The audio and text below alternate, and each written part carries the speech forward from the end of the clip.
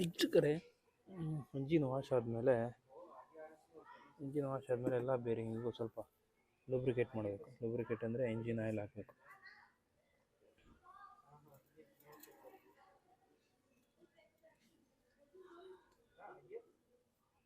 ಥರ 4 ಬೇರಿಂಗ್ ಬರುತ್ತೆ, 4 ಬೇರಿಂಗಿಗೂ ಹಾಕಬೇಕು.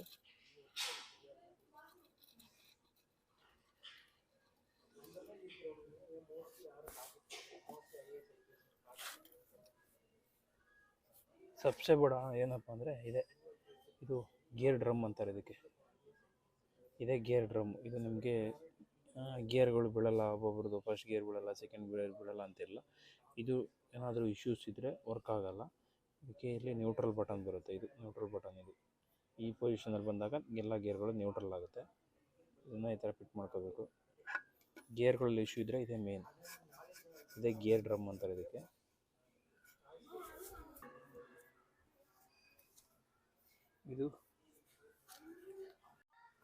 ಇದು ನೀವು ನೋಡ್ಬೋದು, ಇದು ಕ್ರ್ಯಾಂಕ್ ಶಾಫ್ಟು. ಇದೇ ಮೇನ್.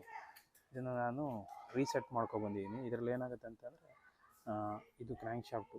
ಈ ರಾಡು ಪ್ರಾಬ್ಲಮ್ ಇತ್ತು. ಈ ರಾಡ್ನ ಬೇರಿಂಗ್ ಬರುತ್ತೆ ಇದರೊಳಗಡೆ. ನೀವು ನೋಡ್ಬೋದು, ಈ ರಾಡ್ ಬೇರಿಂಗ್ ಬರುತ್ತೆ ಇದರೊಳಗಡೆ. ಈ ಬೇರಿಂಗ್ನ ಚೇಂಜ್ ಮಾಡಿಸಿದ್ದೀನಿ. ಬಿಗ್ ಅಂದರೆ 200 cc ಮೇಲೆ ಎಬೋ ಇರೋ ಗಾಡಿಗೆ ಯಾವಾಗಲೂ ನನ್ನ ಸಜೆಷನ್ ಏನಪ್ಪ ಅಂದರೆ ಈ ಕ್ರ್ಯಾಂಕ್ನ ಚೇಂಜ್ ಮಾಡಬೇಕು. ಇದು 150 cc 100 cc ಇವನ್ನೆಲ್ಲ ರೀಸೆಟ್ ಮಾಡ್ಬೋದು. ಇದು 200 cc ಅದು ಹೆವಿ ಪವರ್ ಇರೋದ್ರಿಂದ ಕ್ರ್ಯಾಂಕ್ ಎಲ್ಲ ರೀಸೆಟ್ಟು ಸರಿಯಾಗಿ ಆಗಲ್ಲ. ಯಾವತ್ತೂ ಕ್ರ್ಯಾಂಕ್ನ ಚೇಂಜ್ ಮಾಡ್ಕೋಬೇಕು. ಇದಕ್ಕೆ ಲೂಬ್ರಿಕೇಟೆಡ್ ಮಾಡಿಬಿಟ್ಟು ಆಯಿಲ್ ಹಾಕ್ಬಿಟ್ಟು ಫಿಟ್ ಮಾಡೋದಷ್ಟೇ. ಇವಾಗ ಇನ್ನೇನಿಲ್ಲ. ಇದಕ್ಕೆ ಮೇನ್ ಸಬ್ಸೆ ಇದು ಏನಪ್ಪ ಅಂದರೆ ಕ್ರ್ಯಾಂಕಲ್ಲಿ ಮಿಡ್ಲಲ್ಲಿ ಆಯಿಲ್ ಹಾಕಬೇಕು. ತುಂಬ ಜನ ಏನು ಮಾಡ್ತಾರೆ, ಇಂಜಿನ್ ಆಯಿಲ್ಗಳನ್ನ ಸರಿಯಾಗಿ ಚೇಂಜ್ ಮಾಡಿಸಲ್ಲ. ಇದು ಕ್ರ್ಯಾಂಕ್ ಸೆಂಟ್ರಲ್ಲಿ ಈ ಥರ ಬರುತ್ತೆ. ಇದರ ಒಳಗಡೆ ಆಯಿಲ್ ಹೋಗಬೇಕು. ತೋರಿಸ್ತೀನಿ ನೋಡಿ, ಫುಲ್ ಆಯಿತು. ನಿಮಗೆ ತೋರಿಸ್ತೀನಿ ರೀ. ಆಯಿಲ್ ಕ್ಯಾನ್ ಎಲ್ಲ ಮಿಸ್ ಆಗಿಬಿಟ್ಟಿದೆ. ಇದು ಹಾಕಿದಾಗ ಈ ಸೆಂಟ್ರಲ್ಲಿ ಈ ಆಯಿಲ್ ಇಲ್ಲಿ ಬರುತ್ತೆ. ಈ ಪೋರ್ಷನಿಗೆ ಬರುತ್ತೆ. ಇದು ಕ್ರ್ಯಾಂಕ್ ಸ್ವಲ್ಪ ಟೈಟ್ ಇದೆ. ಅದು ಬೇರಿಂಗ್ ಆಯಿಲ್ ಹಾಕಿರ್ತಾರೆ ಅವರು. ನೋಡಿ, ನೀವು ಈ ಜಾಗದಲ್ಲಿ ಆಯಿಲ್ ಬರುತ್ತೆ. ಇದೇ ಮೇನ್. ಈ ಕ್ರ್ಯಾಂಕ್ ಏನಾಗುತ್ತೆ ಅಂದರೆ ಈ ಹೋಲ್ ಏನಾದ್ರು ಬ್ಲಾಕ್ ಆಯಿತು ಅಂದರೆ ನಿಮ್ಮದು ಕ್ರ್ಯಾಂಕ್ ಹೋಗೋದು ಚಾನ್ಸಸ್ಸು ತುಂಬ ಇರುತ್ತೆ. ತುಂಬ ಅಂದರೆ ತುಂಬ ಚಾನ್ಸಸ್ಸು. ಇದನ್ನ ಜಸ್ಟ್ ಈ ಥರ ಪುಷ್ ಮಾಡಿ ಕೂರಿಸ್ಬೇಕು. ಇನ್ನೊಬ್ರು ಏನಾಗ್ತಾರೆ ಅಂದರೆ ಈ ಕಡೆ ಈ ಹ್ಯಾಮರ್ ತಗೊಬಿಟ್ಟು ಈ ಸೆಂಟ್ರಲ್ಲಿ ಹೊಡೆದ್ಬಿಡ್ತಾರೆ. ಇದು ಹೊಡೆದಾಗ ಈ ಕ್ರ್ಯಾಂಕ್ ಬೆಂಡ್ ಆಗಿಬಿಡುತ್ತೆ. ಯಾವಾಗಲೂ ಆ ಥರ ಮಾಡಬಾರ್ದು. ಈಗ ಹೊಡೆಯೋದಿದ್ರೆ ಈ ಕಡೆ ಹ್ಯಾಮರಲ್ಲಿ ಹೊಡಿಬೋದು, ಇಲ್ಲಾಂದರೆ ಪ್ರೆಸ್ ಮಾಡಿ ಕೂರಿಸ್ಬೇಕು. ಇದಕ್ಕೆ ಸಪ್ರೇಟ್ ಪುಲ್ಲರ್ ಬರುತ್ತೆ. ನನ್ನ ಹತ್ರ ಪುಲ್ಲರ್ ಇಲ್ಲ, ನಾನು ಕೈಯಲ್ಲೇ ಪುಷ್ ಮಾಡಿ ಕೂರಿಸ್ತೀನಿ.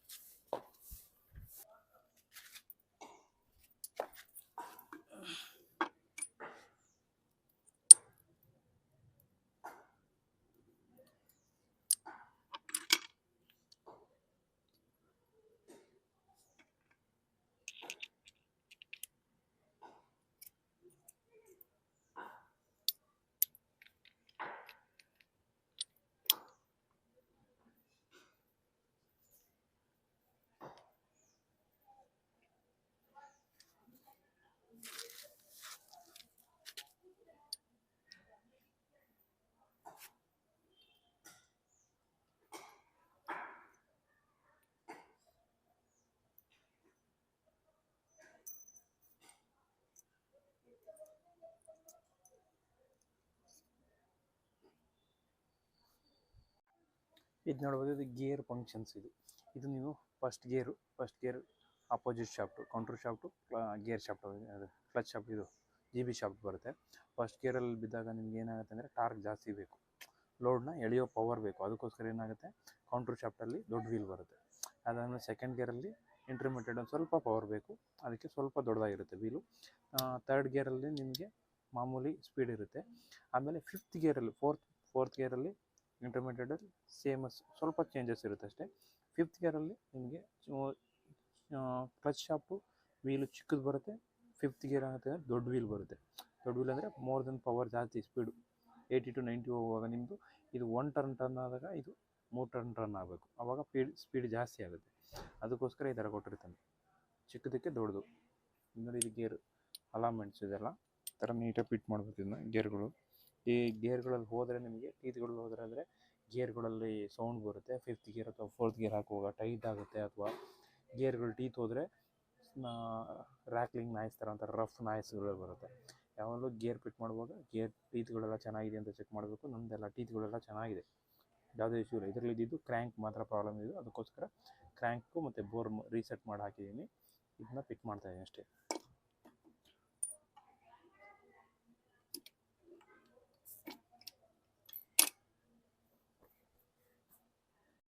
ಇದೇ ಮೇನ್ ಇಂಪಾರ್ಟೆಂಟ್ ಪಾರ್ಟ್ ಅಂತ ಹೇಳಿದರೆ ಗೇರ್ ಫೋರ್ಕ್ ಅಂತಾರೆ ಇದಕ್ಕೆ. ಇದು ಗೇರ್ ಫೋರ್ಕ್ ಅಂದರೆ ಈ ಥರ ಇಂಟರ್ಮಿಟೆಡ್ ಆಗುತ್ತೆ, ಈ ಥರ ಚೇಂಜಸ್. ಇದು ಲಿಫ್ಟ್ ಆಗುವಾಗ ಇಂಜಿನ್ ಈ ಥರ ಶಿಫ್ಟ್ ಆಗುವಾಗ ನಿಮ್ಮದು ರೊಟೇಟ್ ಆಗುತ್ತೆ ಈ ಥರ ರೈಟ್ ಟು ಲೆಫ್ಟ್, ಅಥವಾ ನೀವು ಗೇರ್ ಚೇಂಜ್ ಮಾಡ್ತಿರಲ್ಲ ಆವಾಗ. ಇದು ಮೇನ್ ಇಂಪಾರ್ಟೆಂಟ್. ಇದು ಟೀತ್ಗಳೆಲ್ಲ ಚೆನ್ನಾಗಿದೆಯಲ್ಲ ನೋಡ್ಕೋಬೇಕು ಫಿಟ್ ಮಾಡುವಾಗ. ಯಾವಾಗಲೂ ಫಿಟ್ ಮಾಡುವ ಅಂತಲ್ಲ, ಇಂಜಿನ್ ಬಿಚ್ಚಿದಾಗಲ ನೋಡಿಕೊಂಡು ಫಿಟ್ ಮಾಡಬೇಕು.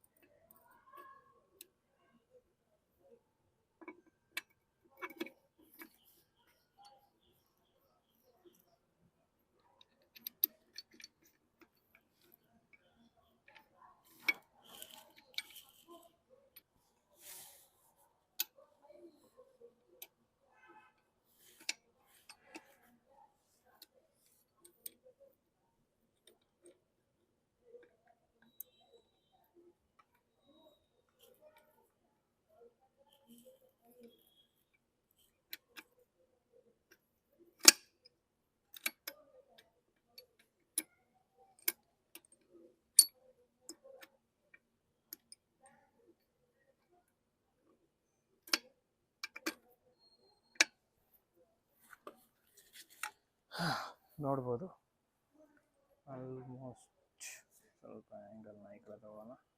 ನೋಡ್ಬೋದು ಇವಾಗ ಇಂಜಿನ್ ಆಲ್ರೆಡಿ ಗೇರ್ಲಿದೆ. ಚೇಂಜ್ ಮಾಡ್ತಾ ಇದ್ದೀನಿ. ಇವಾಗ ಗೇರ್ಲಿದೆ. ನಿಮಿಷ.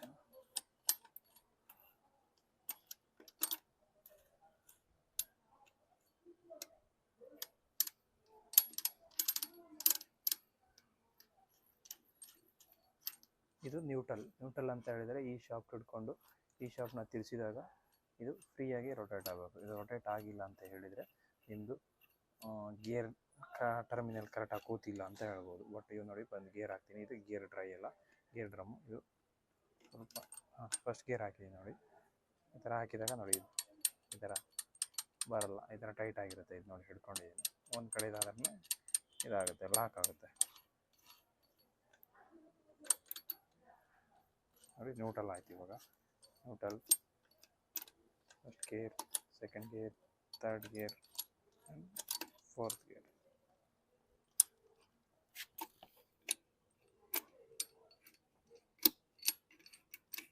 ಗೇರೆಲ್ಲ ಸ್ಮೂತಾಗಿ ಬೀಳ್ತಾ ಇದೆ.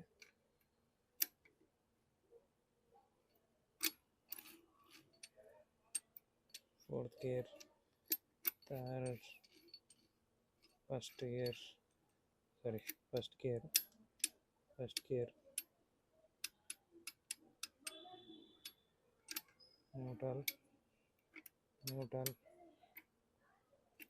ನ್ಯೂಟ್ರಲ್ ಟೈಟ್ ಆಗಿದೆ. ನ್ಯೂಟ್ರಲ್ ನೋಡಿ ಇವಾಗ ಎಷ್ಟು ನೀಟಾಗಿ ತಿರುಗ್ತದೆ. ನ್ಯೂಟ್ರಲ್ ನೋಡಿ, ಈ ವೀಲ್ ಮಾತ್ರ ತಿರುಗ್ತಾ ಇದೆ, ಎಲ್ಲ ವೀಲ್ಗಳು ತಿರುಗ್ತಾ ಇದೆ. ಅದೇ ಸೆಕೆಂಡ್ ಗೇರ್ ಹಾಕಿದಾಗ ನೋಡಿ ಶಾಫ್ಟ್ ಸಹಿತ ರೊಟೇಟ್ ಆಗ್ತಿದೆ. ಓಕೆ, ಎಲ್ಲ ಮುಗಿತು. ಅದಾದಮೇಲೆ ನೆಕ್ಸ್ಟು ಬರೋದು ನಿಮಗೆ ಇದು ಎಬೋ 100 cc ಬರಲ್ಲ, 150 cc ಇರುವಂಥ ಎಲ್ಲ ವೆಹಿಕಲ್ಗೆ ಬರುತ್ತೆ. ಇದು ಕ್ರ್ಯಾಂಕ್ ಬ್ಯಾಲೆನ್ಸರ್ ಅಂತ ಹೇಳ್ತಾರೆ. ಕ್ರ್ಯಾಂಕ್ ಬ್ಯಾಲೆನ್ಸರ್ ಅಂದರೆ ವೈಬ್ರೇಟ್ ಆಗಬಾರ್ದು ಅಂತೇಳಿ, ಸ್ವಲ್ಪ ನಾಯ್ಸಸ್ ಕಡಿಮೆ ಮಾಡಲಿ ಅಂತೇಳಿ, ಬ್ಯಾಲೆನ್ಸಿಂಗೋಸ್ಕರ ಕ್ರ್ಯಾಂಕ್ನ ಬ್ಯಾಲೆನ್ಸಿಂಗ್ ರಾಡ್ ಅಂತ ಹೇಳ್ತಾರೆ. ಸ್ಪೀಡ್ ಇರುವಾಗ ಕ್ರ್ಯಾಂಕ್ ಬ್ಯಾಲೆನ್ಸಿಂಗ್ ವೈಬ್ರೇಟ್ ಆಗಬಾರ್ದು ಅನ್ನೋ ಒಂದು ಉದ್ದೇಶ ಕೊಟ್ಟಿರೋದು ಇದು. ಅಲ್ಲಾಗಿದೆ, ಇನ್ನೇನು ಗಮ್ ಹಾಕಿ ಬಿಟ್ ಮಾಡೋದಷ್ಟೇ. ಇನ್ನು ಫಿಟ್ ಮಾಡಾದ್ಮೇಲೆ ಮುಂದೆ ಬರ್ತೀನಿ ವೀಡಿಯೋಕ್ಕೆ. ಮೊದಲ ಹಂತ ಮುಗಿದ ಲೆಕ್ಕ ಬಂದಿರೋ ಆಗಿದೆ. ಏನಪ್ಪ ಅಂದರೆ ಇಷ್ಟು ಮುಗಿದ್ರೆ ಅರ್ಧ ಕೆಲಸ ಮುಗ್ದಂಗೆ ನಮ್ಮ ಇದರಲ್ಲಿ. ಈ ಪರ್ಟಿಕ್ಯುಲರ್ ಪಾರ್ಟ್ಗಳಲ್ಲೆಲ್ಲ ಗಮ್ಗಳೆಲ್ಲ ಹಾಕ್ಬಾರ್ದು, ಏನಕ್ಕೆ ಇದರಲ್ಲಿ ಹೋಲ್ ಬರುತ್ತೆ, ಚಿಕ್ಕ ಹೋಲ್ಸ್ ಬರುತ್ತೆ. ಅದು ಏರ್ ವ್ಯಾಕ್ಯೂಮ್ ಥರ ಬರುತ್ತೆ. ಈ ಕಡೆ ಬಂದು ಏರು, ಈ ಕಡೆ ಬಂದ್ಬಿಟ್ಟು ಆಚೆ ಹೋಗೋದಕ್ಕೋಸ್ಕರ ಅದೆಲ್ಲ ಚಿಕ್ಕ ಜಾಗದಲ್ಲೆಲ್ಲ ಏರ್ ಹಾಕ್ಬಾರ್ದು. ಅದು ಹಾಕ್ಬಿಟ್ಟು ಫಿಕ್ಸ್ ಮಾಡಿಬಿಟ್ಟು ಆಮೇಲೆ ಕಂಟಿನ್ಯೂ ಮಾಡ್ತೀನಿ ಸ್ನೇಹಿತರೆ. ನೋಡಿ ಅಸಂಬಲ್.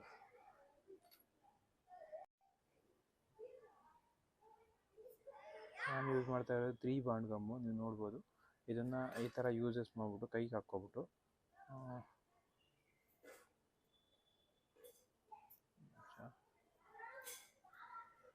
ಈ ಥರ ಟ್ಯಾಪ್ ಮಾಡಿಬಿಟ್ಟು ಈ ಗಮ್ನ ಈ ಥರ ಟ್ಯಾಪ್ ಮಾಡಬೇಕು. ಹಿಂಗೆ ನೀವು ಕಾಣಿಸುತ್ತೆ ಅನಿಸುತ್ತೆ, ಈ ಥರ ಟ್ಯಾಪ್ ಮಾಡಬೇಕು.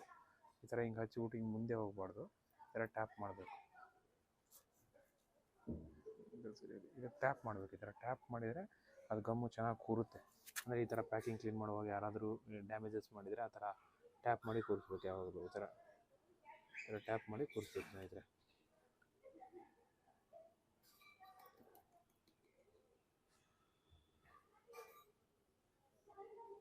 ಒಂದ್ಸರಿ ಎಲ್ಲ ಗಮ್ನ ಹಚ್ಚಾದ್ಮೇಲೆ ಟ್ಯಾಪ್ ಮಾಡಬೇಕು ಈ ಥರ.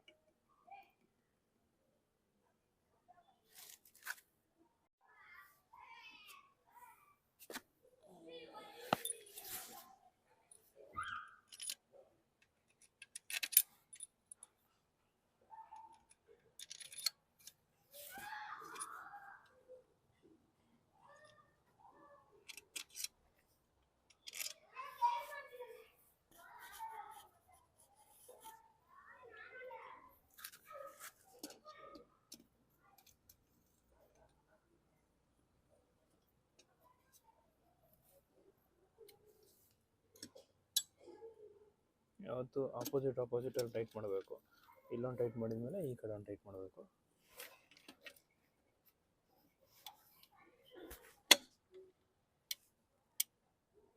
ಇಲ್ಲೊಂದಾದ್ಮೇಲೆ ಇಲ್ಲೊಂದು.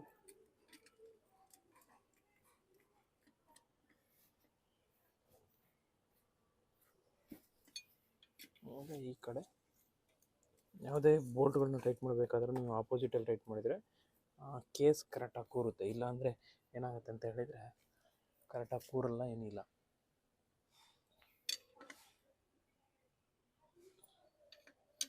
ಅಂದರೆ ಈ ತ್ರಿಭುಜ ಟೈಪು ವಿ ಶೇಪಲ್ಲಿ ಬರುತ್ತಲ್ಲ, ಈ ಥರ ತ್ರಿಭುಜ ಟೈಪಲ್ಲಿ ಟೈಟ್ ಮಾಡಬೇಕು.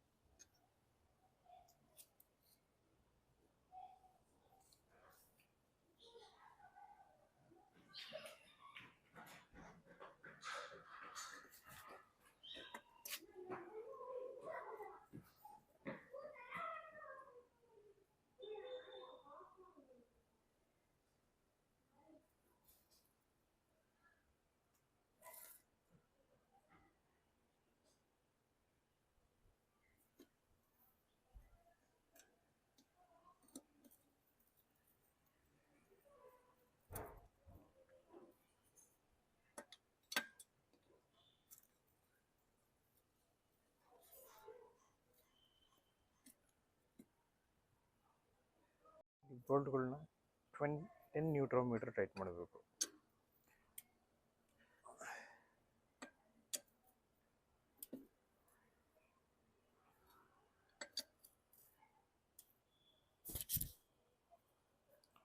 ಏನಾಗ್ತಿದೆಯಪ್ಪ, ವಿಡಿಯೋ ರೆಕಾರ್ಡ್ ಆಗ್ತಿದೆಯಲ್ವೋ ಗೊತ್ತಿಲ್ಲ. ಬಟ್ ತುಂಬ ಜನ ಹೇಳ್ತಿರ್ತೀರಾ, ಅಲ್ಲ ಮೆಕ್ಯಾನಿಕ್ ಕೆಲಸ ತುಂಬ ಈಸಿ ಅಂತ. ಅವ್ರಿಗೇನು ಗೊತ್ತಿರುತ್ತೆ ಹೇಳಿ? 6 to 7 ಇಯರ್ಸ್ ಅವ್ರಿಗೂ ಕೆಲಸ ಮಾಡಿರ್ತಾರೆ. ಅವ್ರವ್ರ ಕಷ್ಟಗಳು ಗೊತ್ತಿರುತ್ತೆ. ತುಂಬ ವರ್ಷಗಳು ಬೇಕಿದೆ ಇದರಲ್ಲಿ. ಯಾರೋ ನಿಮಗೆ ಸಡನ್ನಾಗಿ ಹೋದ ತಕ್ಷಣ ಕೆಲಸ ಯಾರು ಹೇಳ್ಕೊಡಲ್ಲ. ಅದು ಮೇನಾಗಿ ತುಂಬ ಜನ ವಾಷಿಂಗ್ ಮಾಡಿಸ್ತಾರೆ. ಆಮೇಲೆ ಪರ್ಟಿಕ್ಯುಲರಾಗಿ ನೀವು ಶೋರೂಮ್ಗಳಲ್ಲಿ ಹೋಗ್ಬಿಟ್ರಂತೂ ಇನ್ನೂ ಓಡಾಡಿಸ್ಬಿಡ್ತಾರೆ ನಿಮ್ಮನ್ನ.